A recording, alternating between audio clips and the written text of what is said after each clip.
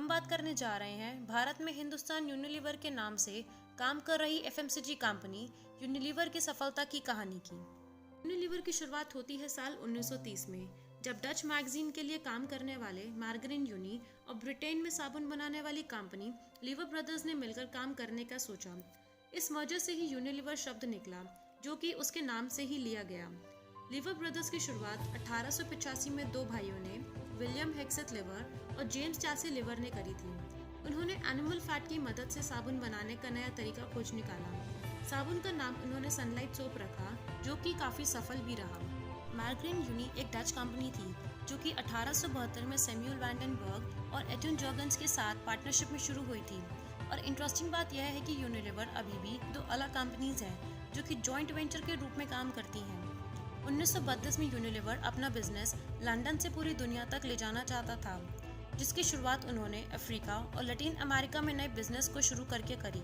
इसी दौरान साल 1943 में इन्होंने लिप्टन को और 1944 में बैचलर्स पीस और पेप्सोडेंट को एक्वायर कर लिया। 1954 में यूनिलीवर ने यूके में सनसिल्क ब्रांड और 1957 में यूएस में डव को लॉन्च किया गया और 1961 में यूएस की आइसक्रीम कंपनी यूड ह्यूमर को भी खरीद लिया।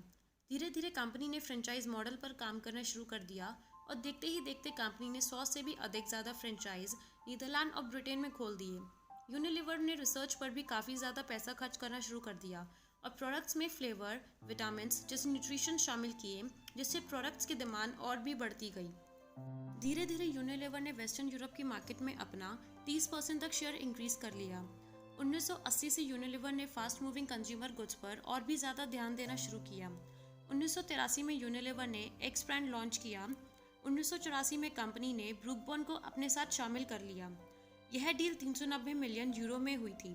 यूनिलीवर का अगला बिजनेस टेक ओवर 1987 में ब्यूटी एंड कॉस्मेटिक्स इंडस्ट्री की सबसे बड़ी कंपनियों में से एक पॉइंट्स के साथ पूरा हुआ। साल 1989 में यूनिलीवर ने अमेरिकन कॉस्मेटिक ब्रांड एलिडा फेबर्स को $1.5 बिलियन में खरीद लिया। साल 1993 में यूनिलीवर ने ब्रेयर्स को खरीदकर अमेरिकन आइसक्रीम मार्केट में अपने शेयर्स को बहुत इंक्रीज कर लिया। साल 1996 में कंपनी ने $770 मिलियन में हेलन कर्टिस इंडस्ट्री इनकॉर्पोरेशन को भी खरीदा था। साल 2004 में एचयूएल को उसका यूनिक ब्रांड लोगो भी मिल गया, जो कि ब्रांड कंसल्टेंट कंपनी वोल्फ ऑलिन्स ने डिजाइन किया। इस लोगो में 25 आइकन्स हैं, जो कि कंपनी के सब ब्रांड्स और वैल्यूज को दिखाते हैं। साल 2007 तक कंपनी टी इंडस्ट्री में सबसे आगे हो गई थी।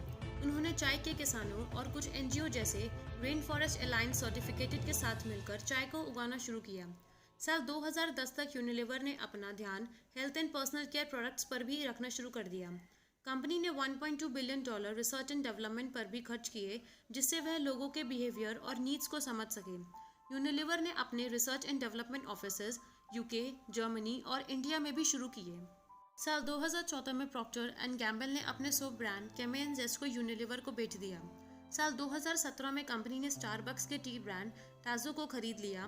साल 2017 तक यूनिलीवर 400 से अधिक ब्रांड होल्ड करता है, जिनका रेवेन्यू 53 बिलियन यूरो और इनमें से 13 ब्रांड ऐसे जिनका रेवेन्यू 1 बिलियन यूरो से भी अधिक है, जिनमें nor, Dove, Sunsilk, x, Havmor शामिल भी हैं। आपको हमारी वीडियो कैसी लगी हमें कमेंट कर जरूर बताएं।